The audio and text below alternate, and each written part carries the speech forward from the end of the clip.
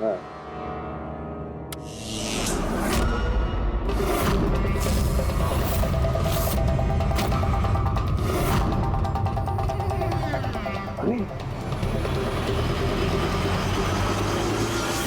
Sir ये bulb जलने कैसे लगे?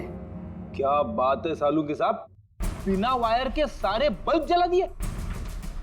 लेकिन सालुंकी साहब, ये सब आपने किया कैसे? ठीक वैसे ही हुआ ये फ्रेडी, जैसे कि खूनी ने किया था उस दिलीप की कुर्सी पे और रोहन के बेड पे। जादूगर सालुंखे, जरा साफ साफ बताइए आपने ये किया कैसे? करंट क्या हवा में से आया? हवा में से नहीं आया बॉस, करंट आया है इलेक्ट्रिक पेंट के जरिए। Electric paint? हाँ, इलेक्ट्रिक पेंट। दरअसल बिजली के जो तार होते हैं वो मेटल के होते हैं और metal is a good conductor of electricity, इसीलिए करंट उनमें से पास होकर के जाता है। ठीक इसी तरीके से कुछ पेंट भी होते हैं जिन्हें हम इलेक्ट्रिक पेंट कहते हैं और ये भी गुड कंडक्टर ऑफ इलेक्ट्रिसिटी होते हैं। इनमें से भी इलेक्ट्रिसिटी पास हो सकती है और कमाल की बात यह है कि ये किसी भी कलर में मिल सकते हैं, जो आसानी से किसी भी बैकग्राउंड में मर्ज भी हो सकते हैं।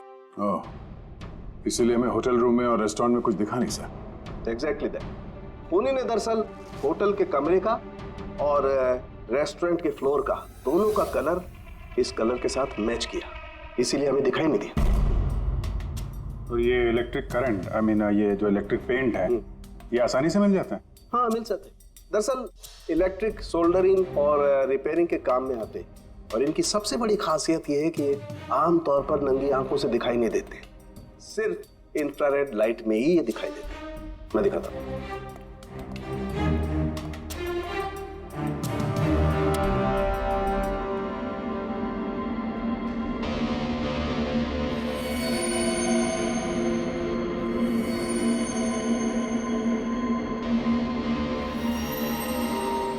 देखा बॉस? हाँ, खूनी ने भी ऐसे ही इस इलेक्ट्रिक पेंट का इस्तेमाल किया और ये सर्किट बनाया।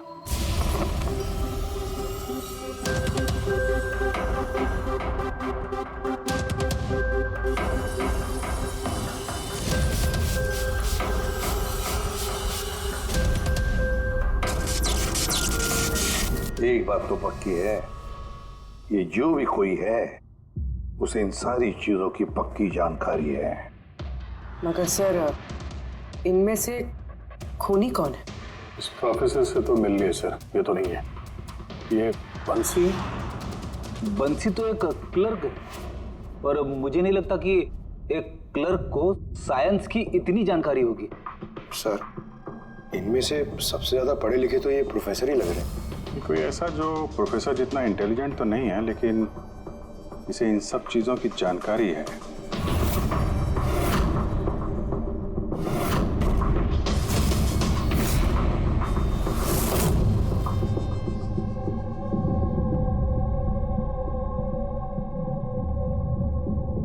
वो ये है अभिजीत, ये है वो। याद है क्या कहा था इसने, कि क्या काम करता है?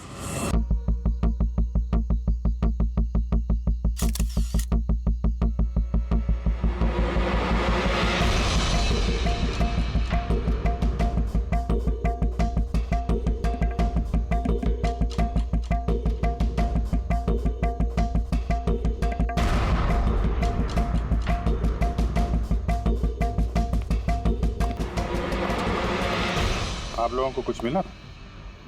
नहीं सर, ऐसे तो नॉर्मली पता चल जाता है कि आग कैसे लगी, पर यहाँ पर तो कुछ पता ही नहीं चल रहा है कि आग लगी कैसे। अच्छा,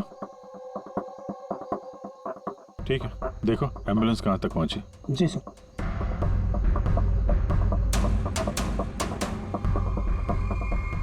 बहुत बुरी तरह से झुलस गया।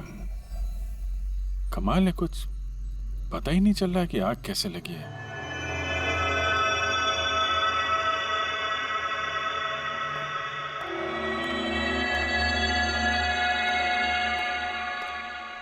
कैसे हुआ ये सब?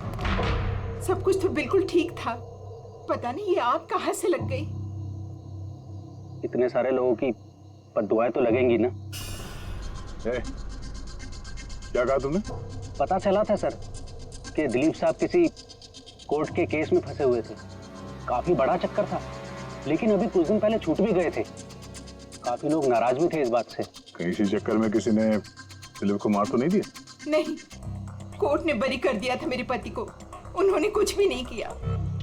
क्या केस क्या था? 9 साल पहले जीजू के थिएटर में आग लग गई थी, जिसके कारण कुछ लोगों की मौत हो गई थी और सारा इल्जाम जीजू पर आ गया था। ऐसे कैसे हवा में आग लग सकती है? जरूर किसी की प्लानिंग है। किसी पे शक है आप लोगों को? कौन कर सकता है? कोई भी कर सकता है, अनीता भी कर सकती है।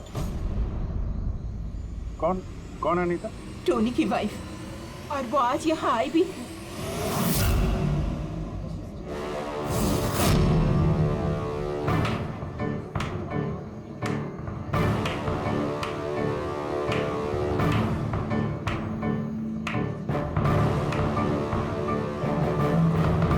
अनीता, दूसरों का घर बर्बाद करके अपने परिवार के साथ खुशियां मनाई जा रही है। वेरी गुड, वेरी गुड, वाह।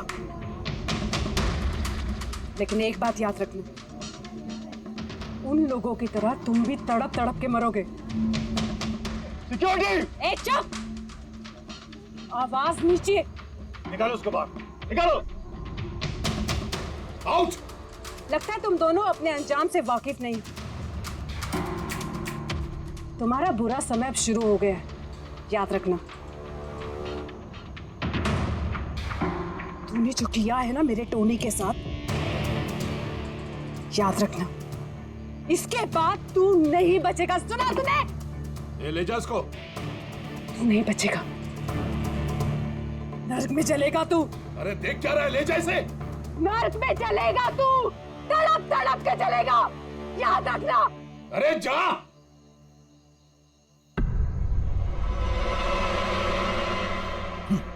Let's enjoy Rohan. अरे भूल जाओ।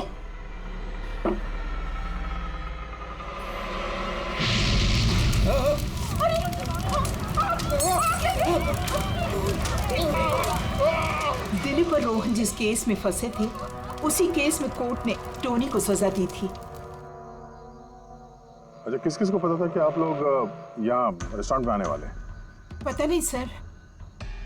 अच्छा, दिलीप जी के आने से पहले इस चेयर के आसपास किसी को देखा था क्या? किसी अनजान आदमी को? नहीं सर, किसी को नहीं देखा सर। ये टेबल किसने रिजर्व किया था? दिलीप जी का फोन आया था, कह रहे थे कि हमारे लिए टेबल रिजर्व रखो। हमेशा यहीं बैठते थे, इसी टेबल इसी चेयर पर, रेगुलर कस्टमर थे हमारे। किसी को पहले से पता था कि दिलीप यहाँ इसी टेबल पे बैठेगा? सर, कुर्सी के पास तो ऐसी कोई चीज नहीं है जिससे आग लग सकती हो। कमाल की मिस्ट्री है यार। CCTV camera,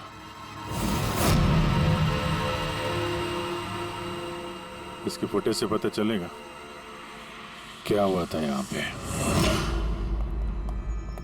oh my God, ये सब कैसे हो गया? कौन कर सकता है सब? उसी ने जिसने दिलीप का खून किया, सबूत मिटाने के लिए। ऐसे कैसे कोई मॉनिटर रूम में घुसा है? सिक्योरिटी कहाँ है तुम्हारी? सर, इस रूम में सिक्योरिटी की जरूरत ही नहीं है, इससे पहले कभी ऐसा हुआ ही नहीं है। सर, सर मुझे नहीं लगता उसके पास टाइम होगा सीसीटीवी फुटेज डिलीट करने का। सर, उसने बस तोड़फोड़ कर दी है। अगर हम किसी एक्सपर्ट को बुलाते हैं सर, तो वो शायद हार्ड डिस्क से रिकवर कर पाए सर।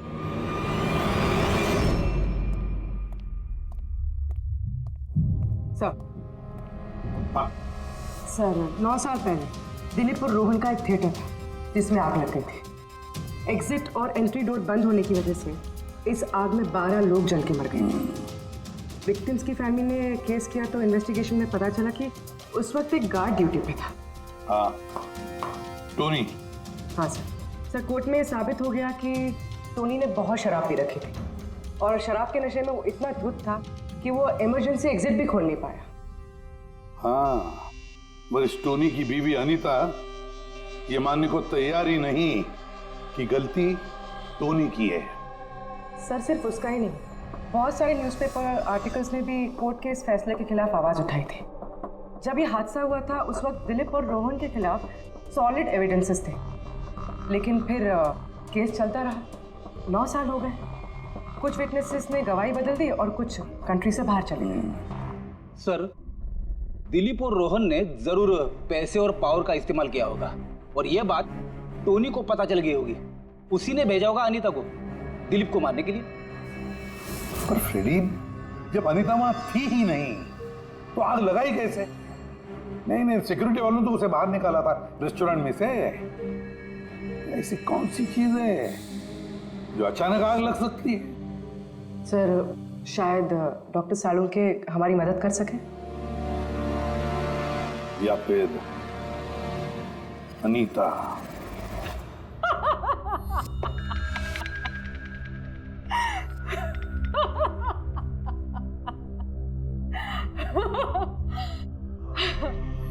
किस बात पे इतना हैरान है? मेरी हंसी पे? क्या दिलीप की मौत पे? दिलीप की मौत पे तुम इतना खुश क्यों हो रही हो? अब मैं खुश नहीं होंगी तो और कौन होगा? कल रात रेस्टोरेंट से निकलने के बाद तुम कहाँ गई थी? जेल, अपने पति से मिलने। वार्डन के पास सारे रिकॉर्ड हैं, आप चाहें तो चेक कर सकते हैं। वो तो हम करेंगे, और ये भी कि आखिर तुमने वो आग लगाई कैसे? कोई काला जादू किया तुमने? दिलीप को अचानक आग कैसे लग गई? काला जादू आता तो जरूर करती, पर मैं बहुत खुश हूं। ये दिलीप भी उसी तरह तड़प तड़प के मरा है जिस तरह 9 साल पहले वो बेकसूर लोग मरे थे, जिसकी सजा मेरा पति टोनी भुगत रहा है। तुम ये कैसे कह सकती हो कि टोनी की गलती नहीं थी? तुम तो वहां थी नहीं। मैं वहां नहीं थी, लेकिन टोनी यहाँ था। उस दिन उसकी तबीयत खराब थी। उसने अपने मालिकों से, रोहन और दिलीप से कहा, वो जल्दी घर आ गया आग लगने से पहले। गलती उन दोनों की थी। अरे पुराना दरवाजा ठीक ही नहीं करवाया, जिसके कारण वहां आग में वो लोग झुलस के रह गए। मेरे पति की गलती नहीं थी, उन दोनों की थी। तो बहुत गुस्सा आया होगा ना तुम्हें? दोनों को मारने का भी मन किया होगा। 12 लोग मरे हैं वहां। मुझसे कहीं ज्यादा गुस्सा उन लोगों के परिवार वालों को आया होगा, पर वो बहुत खुश होंगे अब दिलीप की मौत की खबर सुनके। बहुत खुश होंगे। वो लोग और भी खुश हो जाएंगे जब रोहन चल के मरेगा।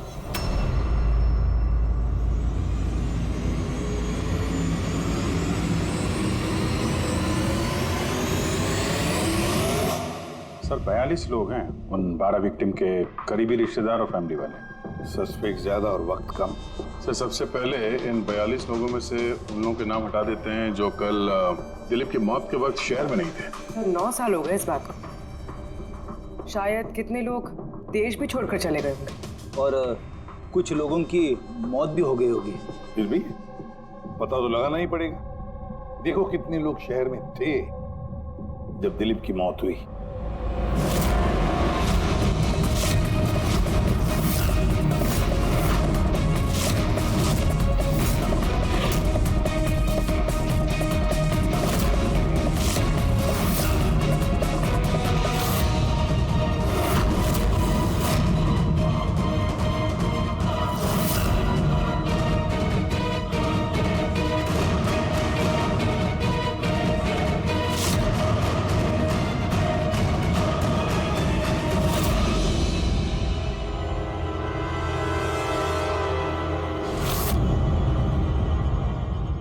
हाँ पंकज, कितने बजे? 27 लोग हैं सर, जो उस वक्त शहर में थे और उनके पास दिलीप को मारने की वजह थी। ठीक है, बुलाओ सबको ब्यूरो में। देखते हैं क्या कहानी सुनाते हैं ये लोग अपनी बेगुनाही की। Yes sir. आपके हस्बैंड फिल्म अकेले देखने गए थे? उस दिन मैं बिजी थी, इसलिए वो अकेले ही चले गए। कल रात कहाँ पर थे तुम? सर मैं अपने फ्रेंड्स के साथ था। सर मैं पासपोर्ट ऑफिस गया था। उन दोनों को मैं ऐसे बच के नहीं जाने दूंगी। तो क्या किया तुमने? सोचा कि दिलीप से फेस टू फेस मिलूंगा और उससे पूछूंगा कि तुमने ऐसा क्यों किया। सर उसके बाद मैं अपने फ्रेंड के साथ घर पे गया। मैं अपनी वाइफ के साथ मॉल में था। सर आप मेरे फ्रेंड से पूछ सकते हैं। सर मैं उससे मिलता तो रेस्टोरेंट तक जिंदा नहीं पहुंच पाता। दिलीप को उसके किए की सजा मिल गई। मुझे मालूम चला रेस्टोरेंट से कि दिलीप के साथ क्या हुआ तो दिल को सुकून मिला सर। अब बचा रोहन, उसको भी उसके किए की सजा जरूर मिलेगी।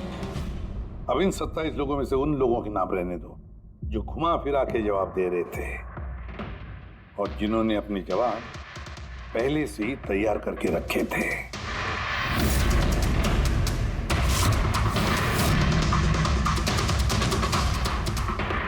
सर अब 15 बजे। अब इन 15 लोगों को उस दिन के बारे में पूछते हैं जब 9 साल पहले थिएटर में आग लगी थी। देखते हैं किसे सबसे ज्यादा गुस्सा आता है, कौन मुंह फेर लेता है। सर मेरा भाई 10वीं पास हो गया। उसने कहा पार्टी देनी है, दोस्तों को पिक्चर दिखाना है, पैसे दो। सर मैंने वो पैसे उसे दे दिए। काश वो पैसे मुझे उसे देने नहीं चाहिए थे सर। जिसने भी ये किया बहुत अच्छा किया। आज मैं खुश हूं, आज मैं बहुत खुश हूं।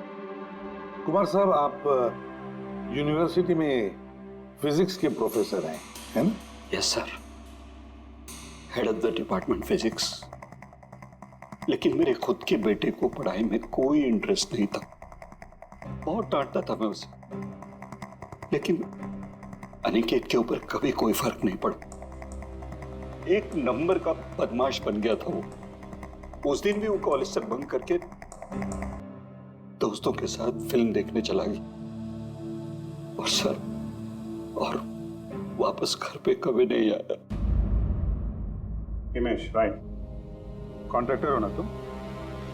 हाँ सर।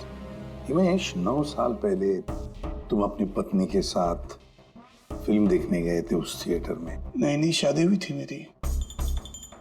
सलोनी के साथ फिल्म देखने के लिए गया था। उसको भूख लगी थी। मैं समोसे लेने के लिए बाहर गया।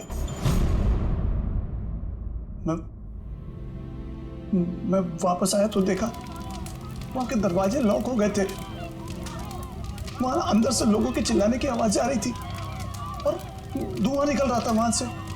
सलोनी, मैंने सब दरवाजे खोलने की बहुत कोशिश की। सलोनी, मैंने बहुत कोशिश की। मैं पागलों की तरह दरवाजा को ठोकता रहा, पीटता रहा।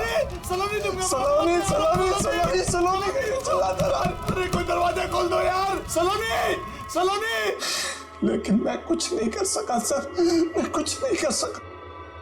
अपनी सलोनी को मैं बचा नहीं सकता। वहां पे एक गार्ड भी था ना, टोनी, उससे भी दरवाजा नहीं खुला क्या? नहीं था सर। वहां कोई और गार्ड, किसी और को देखा था तुमने? कोई नहीं था सर, कोई नहीं था। मैं 9 साल पहले जो बात कोर्ट में कहा वही आज कह रहा हूं। जब सिनेमा हॉल में आग लगी थी उस वक्त टोनी वहां पर नहीं था सर।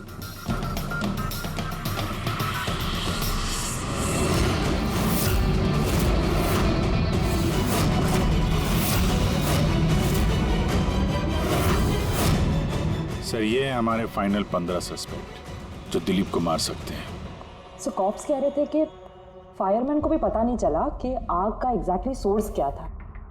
उन लोगों को तो जनरली ढूंढ कर पता चल जाता है कि वहां पर ऐसी कौन सी चीज थी जो तुरंत आग पकड़ती है, लेकिन उन्हें पता नहीं चला। उन्हें पता नहीं चला। उन्हें इसलिए पता नहीं चला क्योंकि उस चीज की ना तो कोई खुशबू थी ना कोई रंग था। Exactly sir. मतलब अगर लिक्विड होता ना तो इस दिलीप को पता चलता जब वो चेयर पे बैठता, उसे फील होता। और अगर पाउडर होता तो हमें टेस्टिंग में पता चल जाता। इसका मतलब ये तो गैस जिसका मतलब ये गैस है। गैस? तो इसीलिए उस फायरमैन को पता नहीं चला कि किस चीज से आग लगी है। इनफ्लेमेबल गैस बॉस, जिसे सिर्फ एक स्पार्क की जरूरत होती है आग पकड़ने के लिए। अच्छा, मुझे एक बात समझ में नहीं आ रही है। दिलीप किस कुर्सी पर बैठा था, तो गैस कुर्सी पर आई कहां से? कुर्सी से ही। क्या? कुर्सी से? वो ऐसे बॉस, जिस चेयर पे ये दिलीप बैठा था उसके नीचे की तरफ किसी ने ज्वलनशील गैस का स्प्रे किया हुआ था। मरते वक्त दिलीप के कांटेक्ट में दो चीजें थी, एक तो ये चेयर जिस पे वो बैठा था और एक वाइन का ग्लास जो उसने हाथ में पकड़ा हुआ था। हमने ये दोनों चीजें चेक की तो इस चेयर के ऊपर से हमें इनफ्लेमेबल गैस के कुछ ट्रेसेस मिले। बॉस, हमारे आसपास वातावरण में स्वतः ज्वलनशील पदार्थ होते हैं जो कभी कभी स्पॉन्टेनियसली जल जाते हैं, जैसे कि मार्श गैस एक नेचुरल बायोगैस है और ज्वलनशील गैस इसका मेन कंपोनेंट है। मतलब इनफ्लेमेबल गैस कभी भी हवा में ऐसे ही जल जाती है? नहीं फ्रेडी, अपने आप नहीं।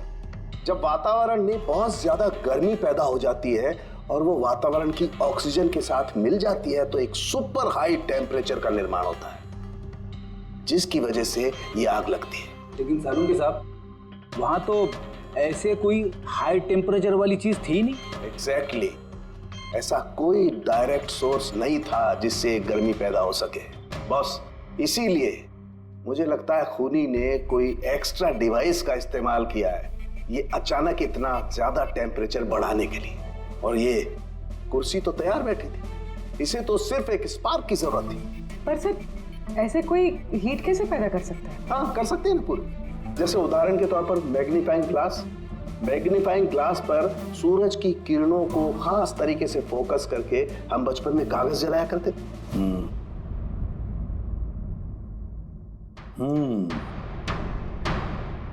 लगता है इस रेस्टोरेंट में फिर से जाना पड़ेगा, पता लगाना पड़ेगा किस चीज से आग लगी।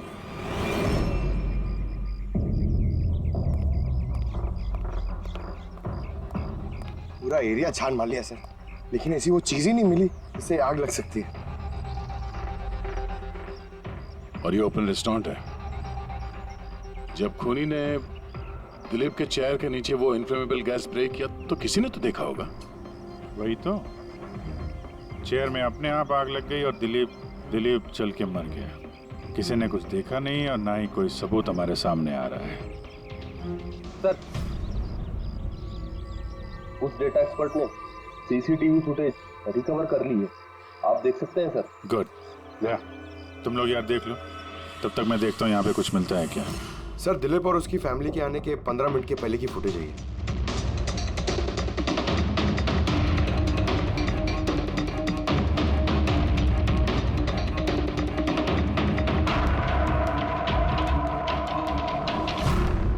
ये कुर्सी चेंज कर रहा है।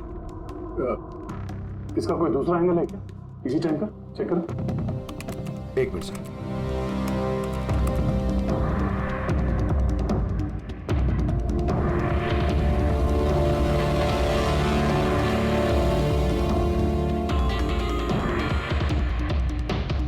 ये कुर्सी के साथ क्या कर रहा है? गैस स्प्रे कर रहा है क्या?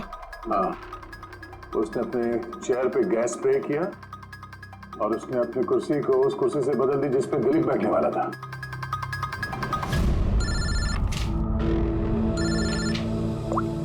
आ गया। अच्छा, great, good work, good work. क्या हुआ सर? जिसने भी दिलीप की कुर्सी के साथ छेड़खानी की ना, उसका पता चल गया है। वो एक आदमी है, उसका मिलता जुलता हुलिया भी मिला है। अब देखते हैं, दया भेजने वाला है फोटोग्राफ।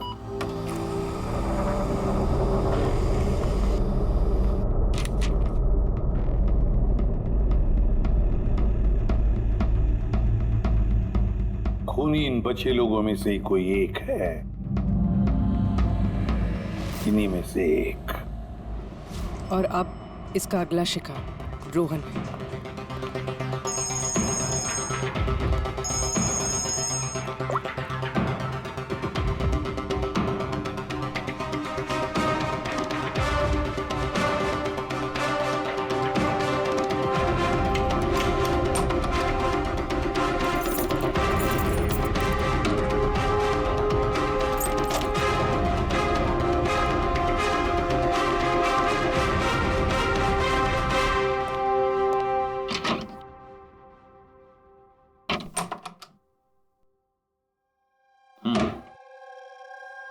मुझे लगता है कोई मेरी और दिलीप की रिहाई से खुश नहीं है।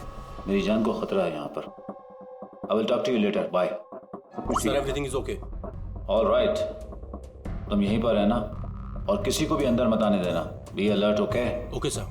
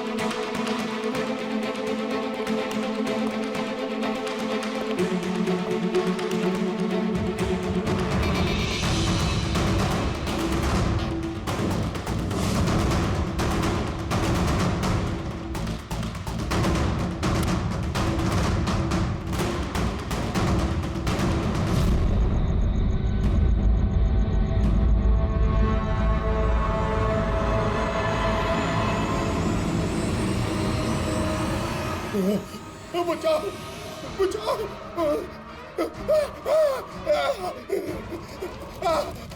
बचाओ परे परे बचाओ बचाओ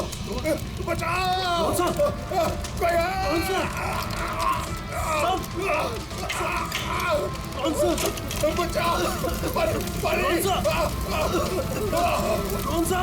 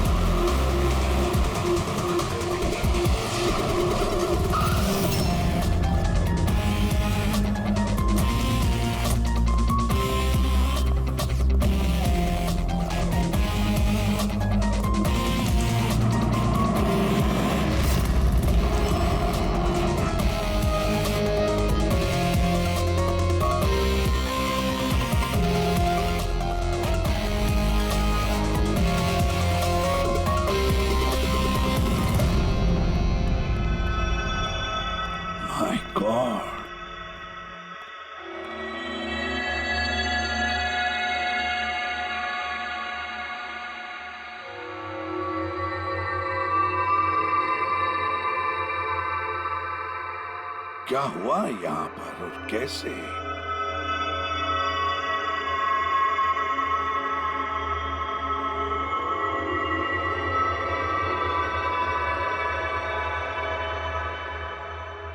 यहाँ पर भी और किसी किस्म की कोई स्मेल नहीं सिवाय इस जली हुई लाश की बदबू के। यानी ये मर्डर भी इन्फ्लेमेबल गैस से हुआ है? शायद। ये सब हुआ कैसे? हाँ? सर मैं रोहन सर का बॉडीगार्ड हूं सर। अच्छा, तो फिर ये आप लोग कहाँ थे जब ये सब हुआ? सर रोहन सर ने मुझे बाहर निगरानी के लिए कहा था, तो थोड़ी देर के बाद सर उनके चिल्लाने की आवाज आई तो मैं उनके कमरे की तरफ भागा, लेकिन सर दरवाजे के चारों तरफ से धुआं देखा तो मैं दूसरी चाबी से दरवाजा खोल के अंदर गया तो देखा कि सर रोहन सर जले पड़े थे। आप लोगों को भी कुछ पता नहीं है? कमाल है, कमरे के अंदर कोई लीड नहीं मिला, शॉर्ट सर्किट नहीं हुआ है, ये पर्दा अंदर से बंद है, ये विंडोज परमानेंटली क्लोज्ड है, कोई बाहर से अंदर भी नहीं आ सकता। अब बाहर से अंदर कोई व्यू भी नहीं है, कोई देख नहीं सकता, तो फिर आदमी मरा कैसे? इससे लगी है आग बॉस।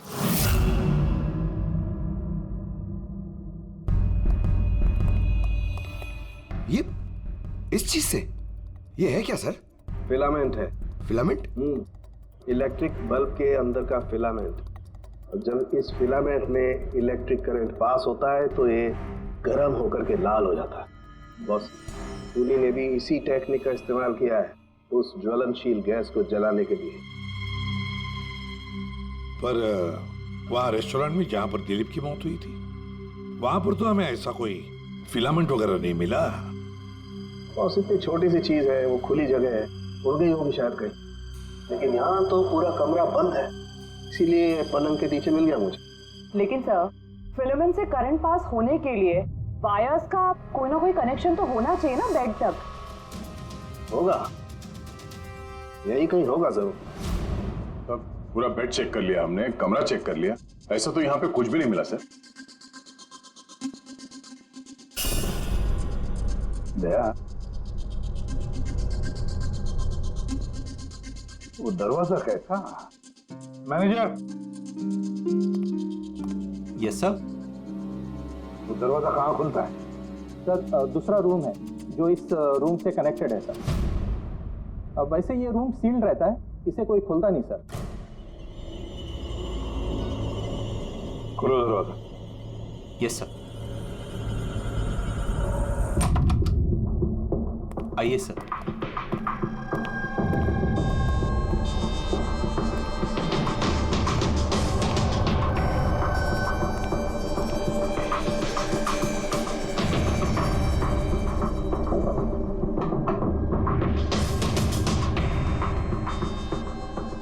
मैनेजर साहब, किसका कमरा है ये? कौन रहता है इस कमरे में? गेस्ट है कोई सर, डिटेल्स चेक करनी पड़ेगी। मंगाओ। Okay sir.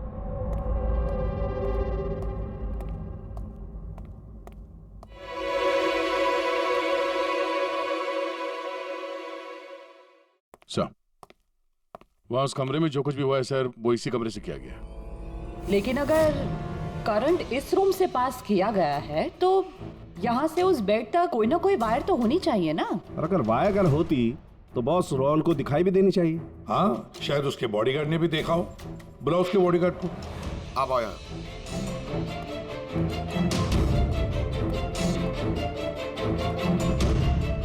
एक बात बताओ, जब तुम रोहन के कमरे में आए थे तब कोई वायर देखी या इस दरवाजे से उस कमरे में जाते हुए? कुछ भी नहीं सर, रोहन सर के रूम के अंदर जाने से पहले मैंने रूम को पूरी तरह से चेक किया था सर, लेकिन वायर जैसी कोई चीज उस रूम में नहीं दिखाई दी। ठीक है, जाओ तुम। जो कुछ भी हो दया, खूनी ने इसी दरवाजे का इस्तेमाल किया। इस दरवाजे से वो रोहन के इस कमरे में आया, उसने बेड पर इन्फ्लेमेबल गैस स्प्रे किया और किसी भी तरह से फिलामेंट को करंट दे दिया। बस फिलामेंट गर्म हो गई और इन्फ्लेमेबल गैस ने आग पकड़ ली, रोहन की मौत हो गई। बस एक बात पक्की है, ये जो कोई भी है उससे इलेक्ट्रिक और केमिकल्स की बहुत अच्छी जानकारी है। प्रोफेसर कुमार, फिजिक्स का प्रोफेसर कुमार, उससे बढ़कर और कौन जान सकता है इस सारे मामले में? दया, अच्छा इस प्रोफेसर कुमार से मिल लो। अच्छा दया, मैं भी चलता हूं तुम्हारे साथ।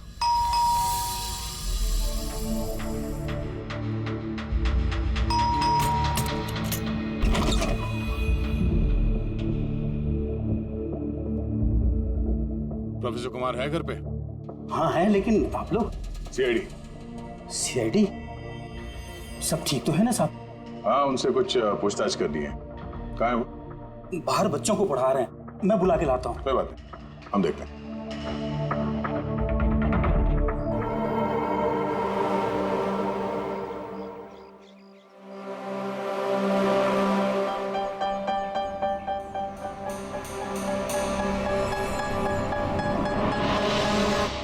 मिस्टर कुमार, हमें आपसे कुछ पूछताछ करनी है। पूछिए, क्या पूछना है? इसे पहचानते हैं आप?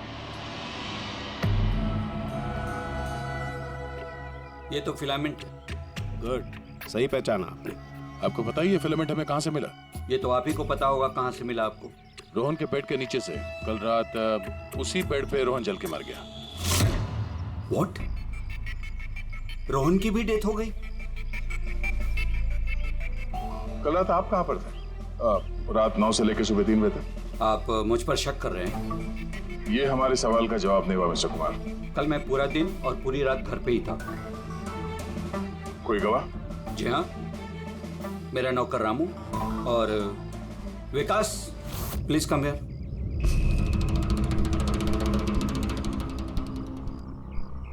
Yes sir. इन्हें बताओ मैं कल कहाँ था।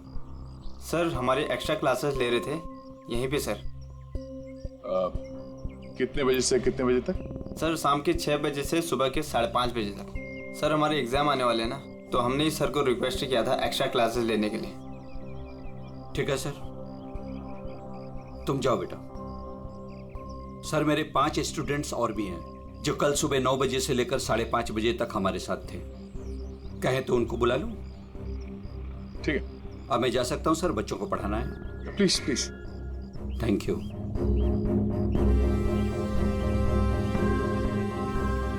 हाँ तो बच्चों में ये कह रहा था कि बिना सोल्डरिंग वायर के भी हम मदरबोर्ड फिक्स कर सकते हैं with the help of adhesive conductor.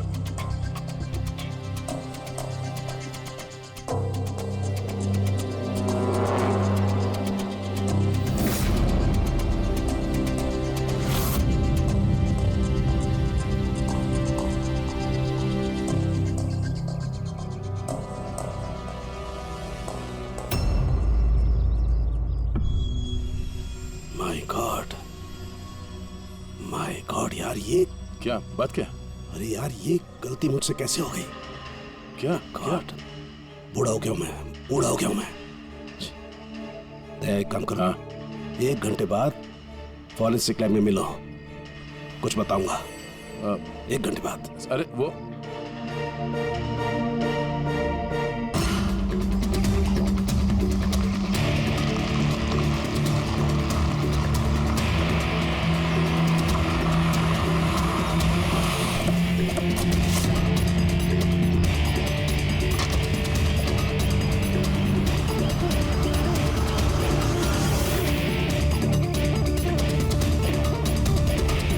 चले ससुराल।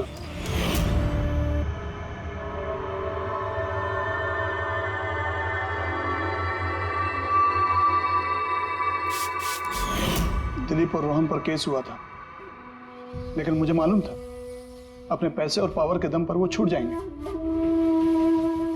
लेकिन उनके पास पैसा था तो मेरे पास दिमाग। कई महीनों तक उनका पीछा किया, वो कहां जाते हैं, क्या करते हैं, किससे मिलते हैं, सब कुछ। आखिर मैंने दोनों को मारने की तरकीब ढूंढ ही निकाली, इलेक्ट्रिक पेंट्स और सर्किट्स के जरिए। ये दोनों के बारे में मुझे अच्छी खासी जानकारी थी। बस दे दी दोनों को सजा, दोनों को मार दिया जिंदा जलाकर, जैसे उन्होंने मेरी सलोनी को मारा था। उमेश, तुम्हारी पत्नी के साथ जो कुछ भी हुआ उसका हम सबको अफसोस है, लेकिन दिलीप और रोहन को मारकर तुम्हें क्या मिला? क्या तुम्हारी पत्नी वापस आ गई? बदले की आग में तुमने 2 लोगों की जानें ली। कानून तुम्हें कभी माफ नहीं करेगा, तुम्हें कड़ी से कड़ी सजा होगी।